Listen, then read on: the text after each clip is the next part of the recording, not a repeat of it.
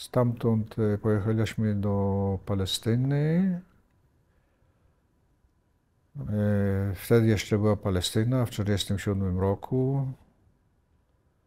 No i weszliśmy w ten pęd życia w Palestynie. Znaczy ta historia właściwie była... Nikt się nie interesował tym.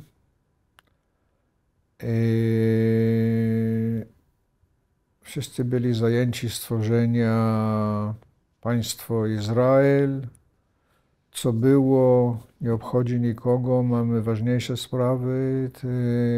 Albo stajesz się Izraelczykiem, albo nie jesteś ważny.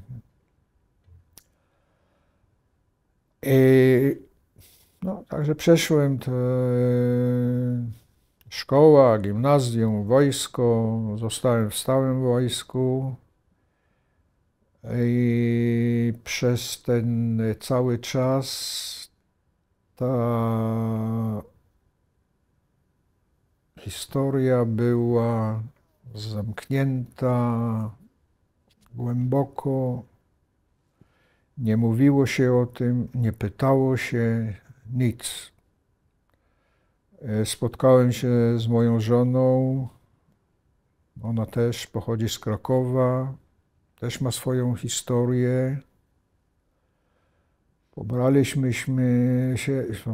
się, pewien czas później jej matka z nami mieszkała. Słyszeliśmy te krzyki w nocy. Nic.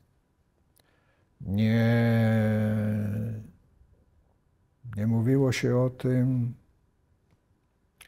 Urodziły się 2 córki. Czas mija. I nagle moja młodsza córka pewien dzień przychodzi ze szkoły. Była w 7. podstawowej, jakieś 11 lat. I podali im pracę, że każdy sobie wybiera temat i opisuje to, każdy temat, co chce. No i ona mi mówi, że ona zdecydowała, że ona robi pracę o dzieciach w Holokauście. Ja zdębiałem.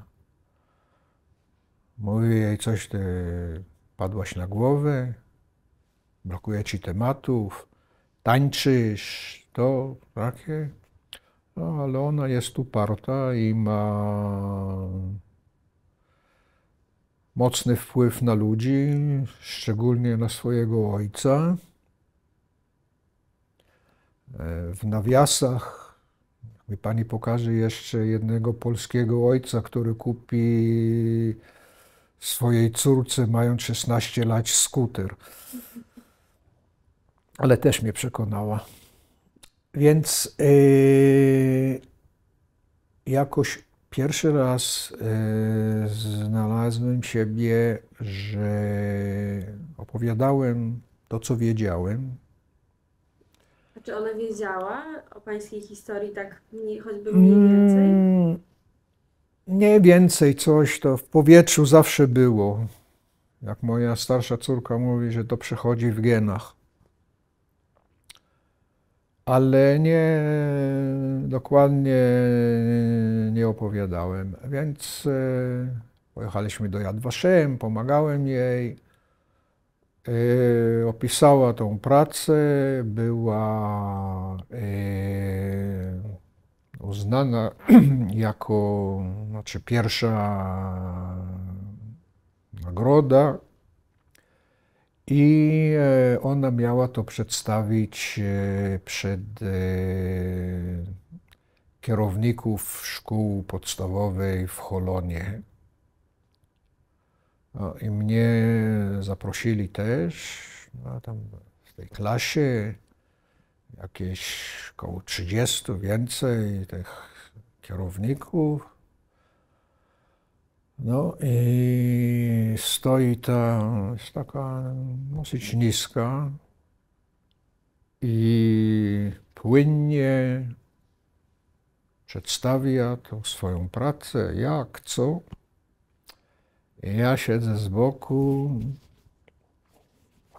i czuję, że kółka w gardle. Możliwe, że to był ten moment, że jakoś ten pierwszy krek w tym murze. No, pewien czas potem zdecydowaliśmy pojechać do Polski po pierwszy raz. Znaczy dali nam wyjechać tylko, to było w 90 roku. Jeszcze u nas używali Polski jako komunistyczny kraj. Także ja byłem w krótkim czasie po skończeniu kariery wojskową. Jeszcze znałem wszystkie wojskowe sekrety. Żona była wysokim oficerem w policji. Także pozwolili nam wyjechać tylko z grupą. Więc wyjechaliśmy z grupą, robiliśmy tą całą tą normalną trasę. No i w końcu był wolny dzień w Warszawie. Także zdecydowaliśmy, że jedziemy do Wesołej. Więc razem z nami przyjechał też kolega, co pochodzi do Polski. On rok temu był, mi się zdaje, pierwszą grupą z Yad Vashem, co przyjechała, miał tam znajomego. W każdym razie on poznał tutaj w Warszawie jakiegoś taksówkarza, miał jego telefon, zadzwonił, jedziemy do Wesołej. Mówiłem pani, to było... Głęboko schowane. A ten referat córki, w którym to było roku? Kiedy nastąpiło to pierwsze przełamanie w panu?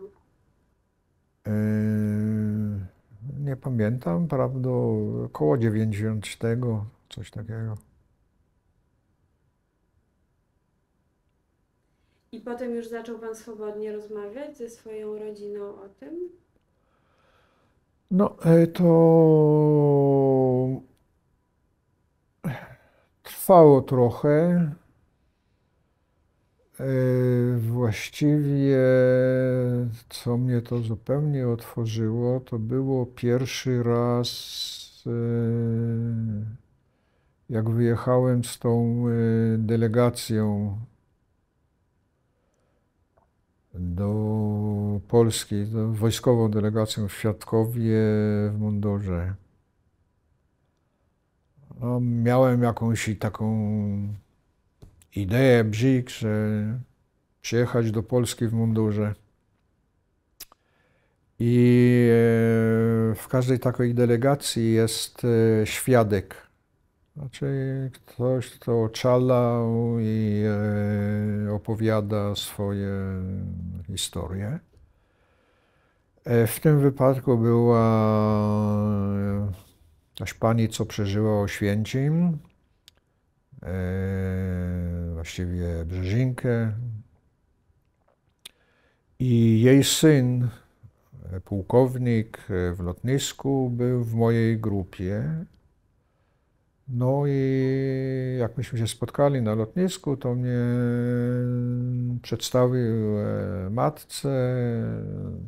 matką i mówię jej, no chyba pani jest dosyć zwrócona ze synem. No, ja już nie, to już byłam ze synem, byłam z Tiną prywatnie, byłam już z taką grupą. Uważam, że trzeba to o tym mówić, trzeba to opowiadać, bo niedługo lata nie będzie kto, co opowie. I będą słyszeli to tylko przez historyków czy inne. Tak, jeżeli jeszcze mogę i kiedy mogę, to opowiadam, mówię o tym. I to pana przekonało? Tak, znaczy ja od czasu do czasu, szczególnie wojsko, w szkole, opowiadam tą moją historię. Nawet, znaczy mamy dobrych kolegów, co są w Stanach, w Tennessee. Tam mnie zaprosili, ona prowadziła żydowską szkołę tam w Tennessee. Zaprosili mnie na Dzień Holokaustu. Też tam dzieciom opowiedziałem to. Także ja dzisiaj o tym swobodnie mówię, znaczy przyjazd do Polski to już nie jest takie przeżycie, to jest rutyna. Znaczy chętnie przyjadę, spotykam się moje dwie polskie rodziny, ale znaczy przeszedłem już ten próg. Znaczy to jest robione. Znaczy próbuję szukać coś,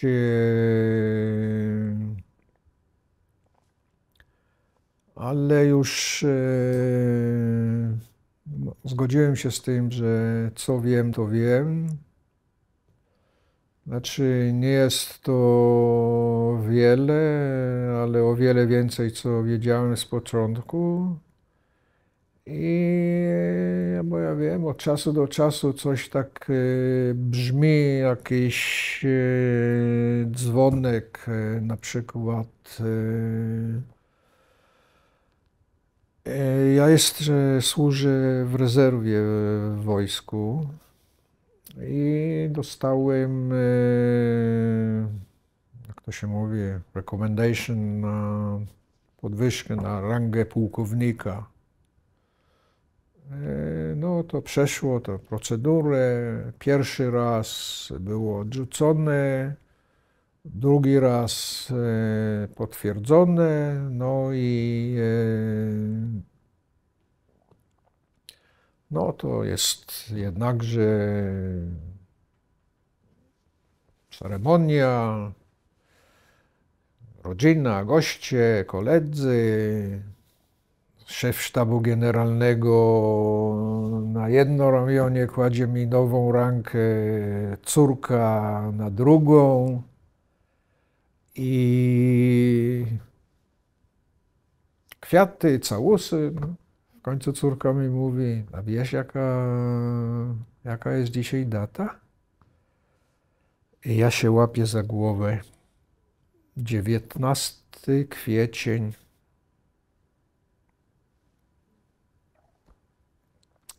Mówi mi, no to chyba tak powinno być, nie dostałeś pierwszym razem i powinieneś dostać to właśnie w tym dniu. Przypadek? Nie wiem, ale coś brzmi. Tak, na pewno kompletnie inne życie bym miała. Po pierwsze mieszkałabym we Lwowie, a nie w Warszawie. Miałabym inne środowisko, innych przyjaciół, no inne życie by było. Miałabym babcię, dziadka, ciotki, wujków, no byłaby rodzina, a tak to byłyśmy 3. Czy mi też chodzi o takie poczucie, że to rzeczywiście, może inaczej, że jest to najważniejsze, no bo wiadomo, że to zdeterminowało w jakiś sposób, znaczy no zdeterminowało pani życie, ale też moje pytanie to jest też takie pytanie, czy jakby te wydarzenia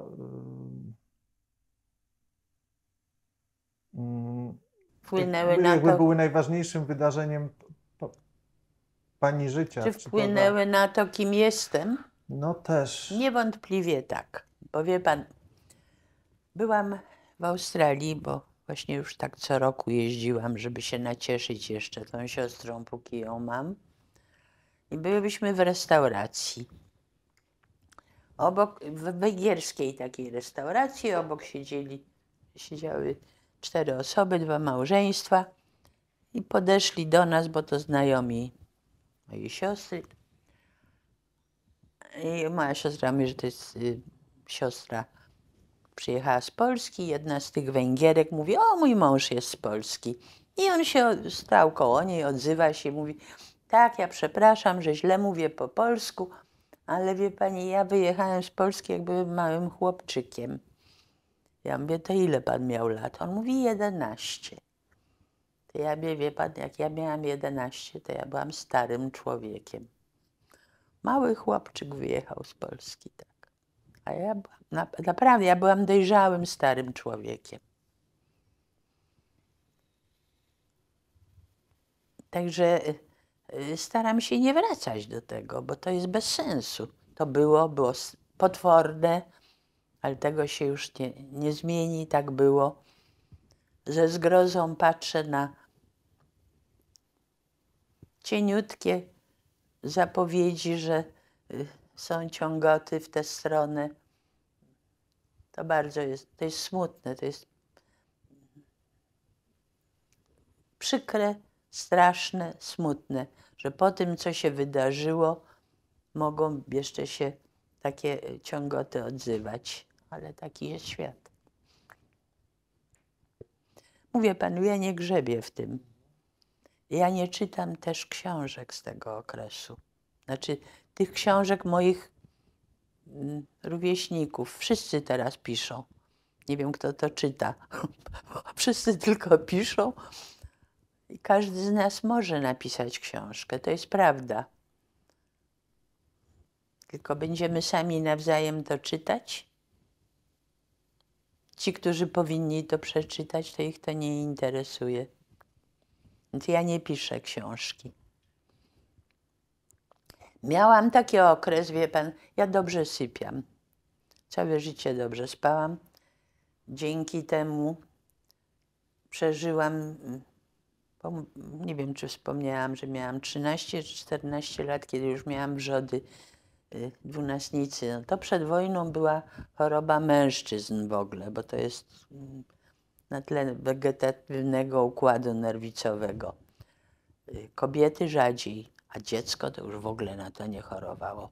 Więc jak leżałam w szpitalu pierwszy raz w Katowicach, to przychodzili lekarze mnie oglądać, bo to kuriozum, była dziewczynka z wrzodami. I naprawdę ja przeżyłam do dziś dzięki temu, że dobrze sypiałam, bo na tych parę godzin ten układ się wyłączał. I przyszedł jakiś 2 lata temu moment, że ja przestałam sypiać. I te sceny, wie pan, o których tutaj mówiłam, zaczęły do mnie wracać. Przedtem mi się to nie zdarzało. I powiedziałam to mojej przyjaciółce. Ona powiedziała, słuchaj, są 2 metody na to. Albo opowiedz to komuś, albo napisz. I ja siadłam i spisałam kilka tych scenek. I wie pan, że zaczęłam sypiać znowu. Musiałam to gdzieś wyrzucić widocznie. Takie działanie terapeutyczne po prostu. Tak, to ona miała rację. To trzeba albo opowiedzieć, albo napisać. Przelałam to na papier, zaczęłam sypiać i znowu. Teraz miewam takiego, dzisiaj zasnęłam o 4 nad ranem. Wracają niektóre, może dlatego, że byłam z panem umówiona, może myślałam o tym, nie wiem. Ale ja naprawdę nie jeżdżę na te psychoterapeutyczne spotkania. Ja sobie z tym jakoś radziłam. Postawiłam taką szklaną ścianę, ale ona się okazała w pewnym momencie nie bardzo szczelna. Radzę sobie. Myślę, że ja po mamie jestem wbrew pozorom dosyć twarda. I uparta, albo wytrwała. Nie wiem, co to jest. Coś takiego siedzi. Proszę pana, ja przechowywałam się w różnych miejscach. Znaczy, ja uciekłam z obozu przymusowej pracy. Już pod koniec, to było w lipcu 1943 roku. To było tydzień po śmierci, po zagładzie, po śmierci moich rodziców, siostry. I oni byli ostatni z mojej rodziny, którzy zostali zabici. Ja straciłam 62 osoby z mojej rodziny, ze strony ojca i ze strony matki. I oni byli ostatni. Wie pan, dam panu przykład. Ludzie nie rozumieli tego. I wie pan, nie rozumieli tego w ogóle, tego wszystkiego, co się stało w Europie. Tę zagładę. Ludzie nie pojmowali tej zagłady. Wie pan, ja pamiętam, że będąc małym dzieckiem, przyjaciel mego wujka, mój wujek jeszcze był w Polsce, ja miałam w domu mojej babci, to w pokoju mego wujka, to miałam takiego konika, wie pan, drewnianego i ja się tak na nim, huśtałam się na nim. I ja pamiętam, że jego najlepszy przyjaciel żenił się, a później ja dowiedziałam się, co było przyczyną, że on ubierał się do ślubu w pokoju mego wujka, bo jego rodzina nie chciała tej narzeczonej i ona im się nie podobała, ale on się w niej zakochał. Więc on ubierał się w domu, w pokoju mego wujka, on się ubierał do ślubu. Pamiętam, jak się ubierał tego. No i wyjechał do Palestyny i wziął ze sobą tę kobietę, z którą się ożenił i urodziła im się córka i mieszkali blisko, niedaleko Natanii, bo ja mieszkam w Natanii w Izraelu. Był pan kiedyś w Izraelu? Byłem, ale w Natanii nie byłem. A w Natanii pan nie był? Nie. To nad morzem, bardzo ładne miasto. I wie pan, jak przyjechałam do Palestyny, to znaczy już było do Izraela, to pierwsze, co mój wuj powiedział, teraz Miusia, słuchaj, w sobotę my jedziemy odwiedzić Goldrozenów. On się nazywał Goldrozen. Lonek Goldrozen. Jedziemy odwiedzić Goldrozenów. To był najlepszy przyjaciel mego wujka. I on wyjechał przed moim wujkiem do Palestyny, ożenił się i wyjechał. No my przyjeżdżamy tam, siedzimy, rozmawiamy, no on mówi, no Niusia, no i jak ty przeżyłaś i jak ty tego, to w końcu on mówi, a dlaczego szliście tak jak owce na rzeź? Ja mówię, co? Kto ci tak powiedział? A ty nie słyszałeś o buntach w getcie warszawskim, o innych miejscowościach? A co mogliśmy robić? My mogliśmy coś robić przeciw takiej mocy jak Niemcy? Co mogliśmy robić? Ktoś nam pomagał? Komuś zależało na tym, czy ten Żyd zostanie przy życiu, czy nie zostanie przy życiu? Przecież myśmy byli w diasporze. Ty zapominasz o tym? Dobrze ci mówić, bo ty jesteś w Izraelu, w twoim kraju, ale myśmy byli bezdomni. W naszych domach. To wszystko. No. Więcej do nich nie jechałam. To był jeden i ostatni raz. I takiego, wie pan, takiego zdania, takiego mienia było bardzo dużo ludzi. Przyszliśmy jak owce na rzeź, tak? A nic nie robiliśmy i myśmy się nie przeciwstawiali. No jak to? Proszę pana, co w małym miasteczku było wszystkiego jakieś 3000 Żydów? W moim miasteczku, w Mikulince. Było bardzo ładne miasteczko, nad Seretem. Bardzo dużo zieleni, dookoła ogrody, sady. Pięknie było, bardzo ładnie, bardzo ładnie. No i co? Tak. I mówię o dzieciach, bo byłam dzieckiem. Tak. Dzieckiem, które się znalazło na aryjskiej, było w getcie, w warunkach stosunkowo bardzo dobrych, bo do likwidacji getta byliśmy w mieszkaniu swoim, co było od razu przywilejem w getcie i w warunkach, to znaczy nie zaznałam głodu, a niedojadanie, można powiedzieć, prawda? To jest jednak ogromna różnica. I także z tych warunków gettowych, też można powiedzieć uprzywilejowanych i u rodziny bardzo takiej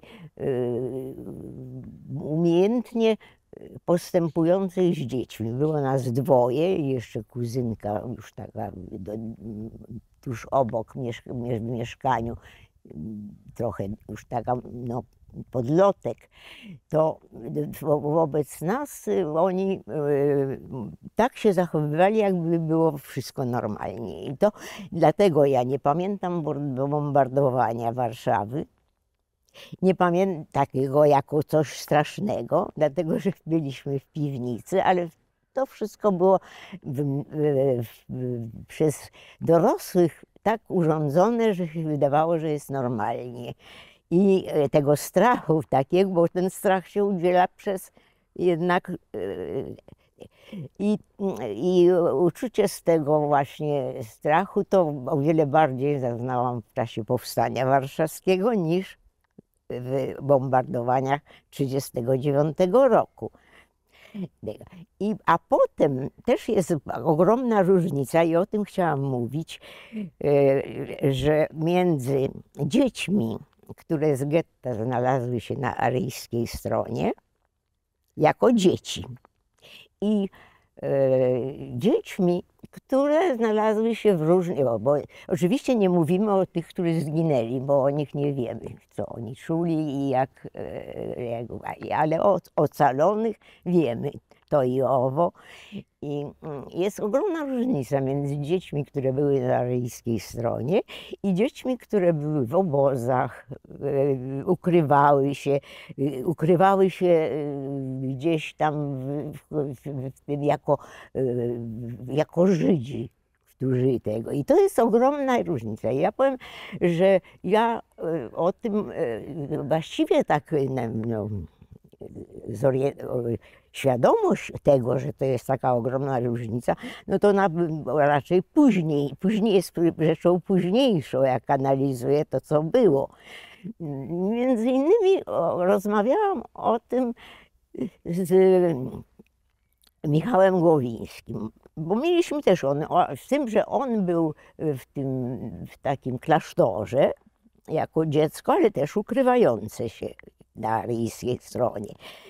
A ja byłam na aryjskiej stronie ze wszystkimi konsekwencjami. Chodziłam do szkoły, także miałam papiery, wszystko, legendę, której się wyuczyłam i tak dalej. I znałam świat, który był na aryjskiej stronie. I on powiedział tak, że no, jedyną rzeczą, którą mu została, to było, że uważał się, że za gorszego, że w szkole, że jest gorszy, że nie ma, że nie wie nic, i że te poczucie gorszości, które miał, to mówi, zachował bardzo długo, do już studiów, kiedy tego się pozbył i był już bardzo zdolnym naukowcem, ale mówi, to miałem bardzo długo. Natomiast ja mówię i myślę, że to nie tylko, bo potem może podam kilka przykładów, to uczucie, że bycie Żydem, bycie Żydówką jest czymś gorszym. I czymś, czego należy się wstydzić i co należy ukrywać. I to pobyt na aryjskiej stronie był bardzo głęboko zakorzeniony, którego bardzo długo się człowiek wyzbywał. Dziecko, które było na aryjskiej stronie, wiedziało, że należy się ukrywać, bo to jest coś gorszego być i że z tym i ludzie, którzy się ukrywali na aryjskiej stronie, a potem nawet weszli do rodzin polskich i tak dalej, bardzo długo zachowywali to poczucie gorszości. W każdym razie myślę, że rezultatem tych wszystkich doświadczeń okupacyjnych było to, że bardzo długo byłam jako Wiktoria Załęska.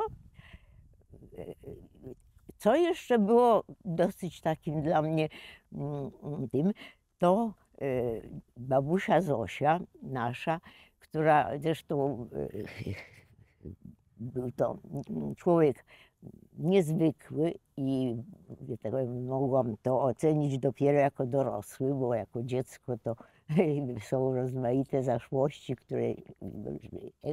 Ale zastanawiałam się, nigdy nie pytałam, bo o masę rzeczy nie pytałam, bo to są rzeczy, że to nie ja jedna, większość ludzi potem żałuje, że się nie pytało. Także o to człowiek. W każdym razie nie wiem, do dzisiaj nie pytałam nigdy, dlaczego został przy nazwisku swoim okupacyjnym.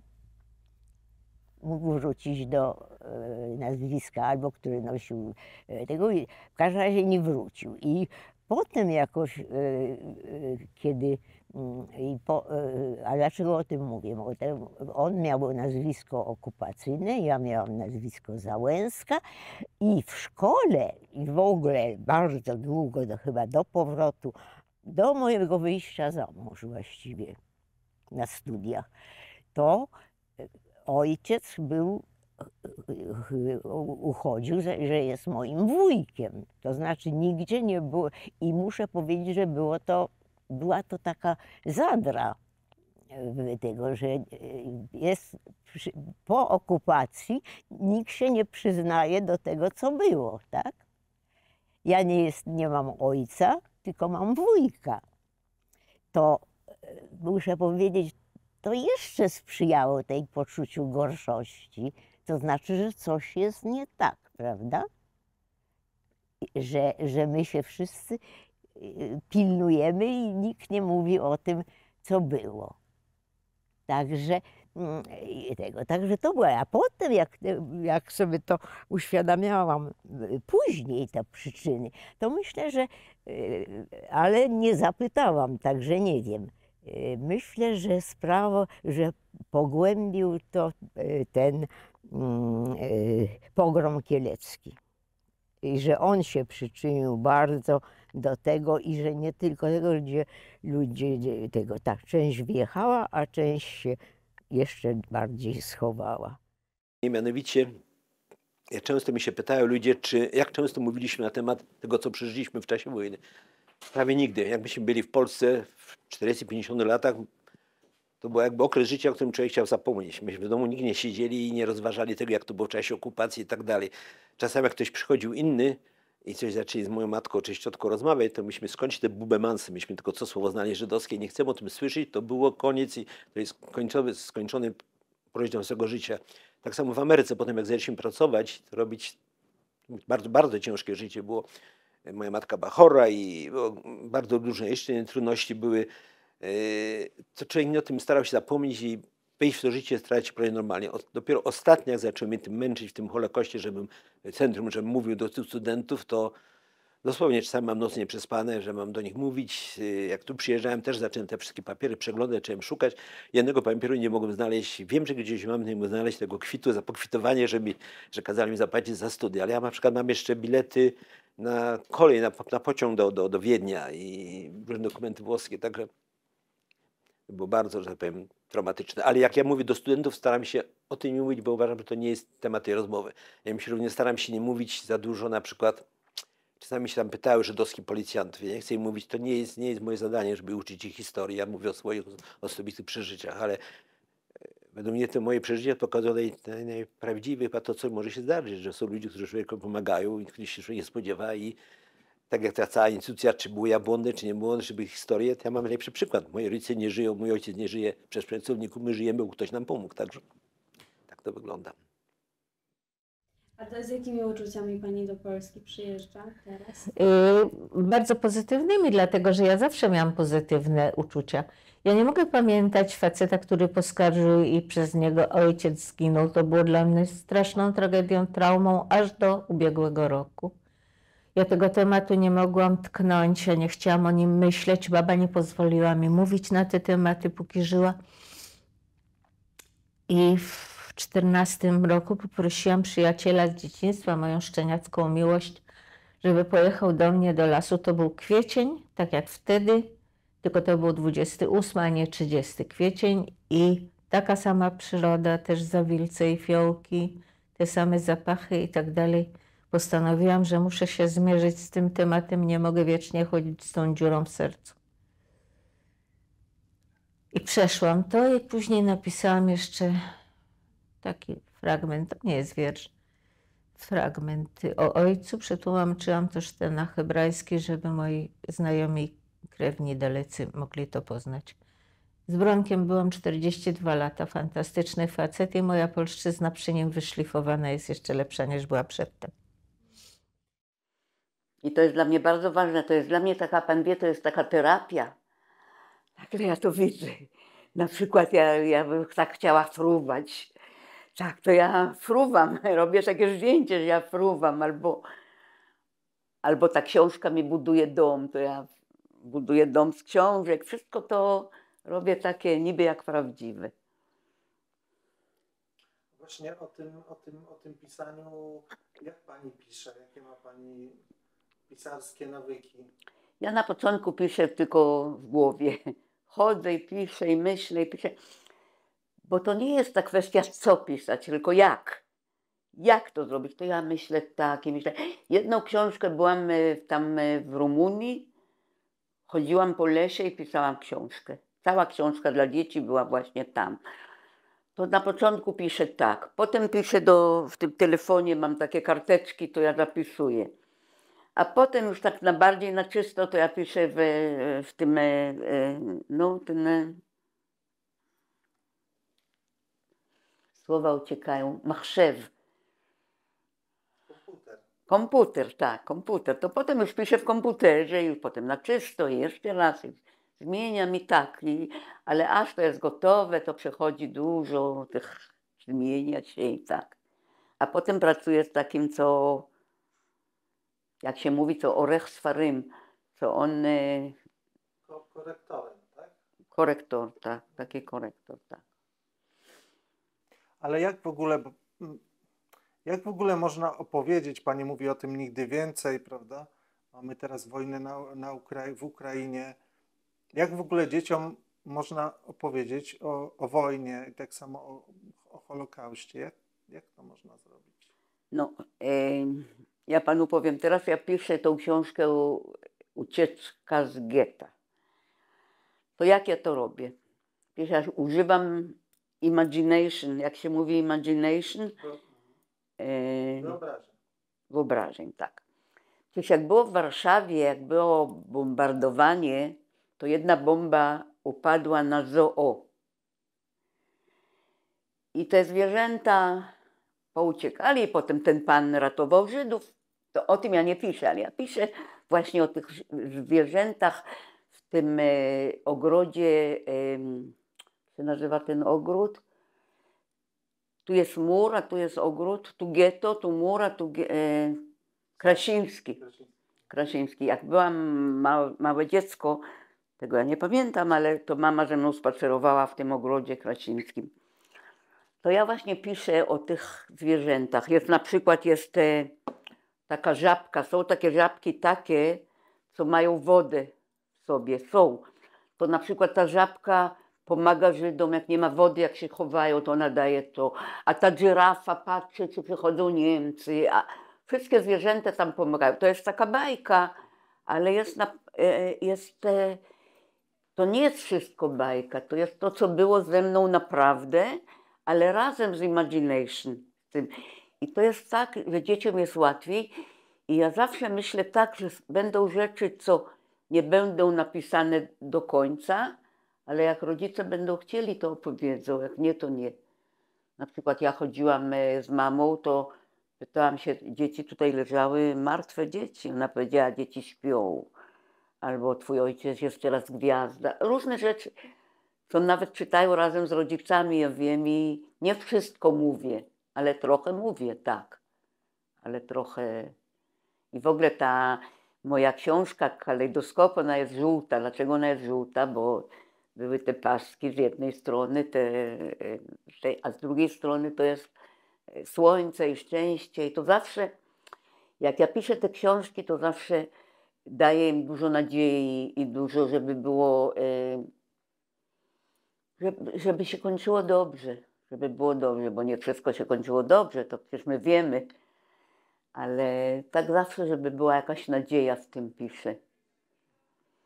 I ten sekret Floriana to jest też, on jest zakochany w dziewczynce jakiejś, jest tutaj, są różne rzeczy takie, co nie wszystko było, a było też. I jest bardzo ważne, ja myślę, żeby dzieci wiedziały, ale tylko to, co mogą wiedzieć, nie więcej. Każdy według swojej możliwości do zrozumienia. To już mam 3 książki, a teraz 4 dla dzieci, a jeszcze 5 innych. A te inne to są? Te inne to są wiersze. Ta pierwsza książka, te wiersze to są właśnie o Holokauście, a ta książka, to jest więcej o starości, Ja mówię na przykład tak, panu powiem tak. To, co było, to się skończyło. To, co będzie, to nie wiadomo. A teraz tańcz z tą chwilą, bo tylko ta chwila istnieje. Teraz mówię z Panem, cieszę się, tańczę, żyję. I to jest to. I piszę właśnie takie i bardzo krótkie, i dłuższe, właśnie trochę o starości, ale też takie z nadzieją, z tym. Bo ja pani chciałem, to może być takie, nie wiem, no, te pytanie może wydać się trudne albo dziwne, za co przepraszam, ale no, chciałem zapytać tak ogólnie, jak pani myśli o sobie, no jak getto i, no bo ja rozumiem, że to zdeterminowało pani całe życie tak naprawdę, ale jak pani myśli, jak pobyt w getcie i ten okres ukrywania w ogóle wpłynął na moje życie potem. Tak, na pani życie. No na pewno, przecież, no ja nie mogę wiedzieć, jakby to było bez tego, ale ja bardzo się boję zawsze wszystkiego. Nie dałam dzieciom wchodzić na huśtawki, jechać na różne zabawy. Zawsze się bałam, zawsze ochroniłam. Zawsze miałam depresję. Jak już miałam 17 lat, ja powiedziałam, byłam w kibucu, powiedziałam tej opiekunce, powiedziałam, że ja chcę się zabić. To mnie posłali wtedy do jakiegoś psychologa, nie poszłam więcej, ale i zawsze miałam takie depresje i zawsze strach, taki stres. Zawsze to było. Aż do ostatnich lat to już było lepiej, bo jak już byłam u tego psychologa dobrego, już zaczęłam pisać, to wtedy już tak, ale przez wszystkie lata i nawet myślałam zawsze, że byłam dobra matka, ale myślę, że nie byłam dobra, dlatego że byłam za bardzo taka bojąca, za bardzo... Nie byłam normalna, można powiedzieć tak. No ale ja myślę naprawdę, że jestem Feniks, naprawdę.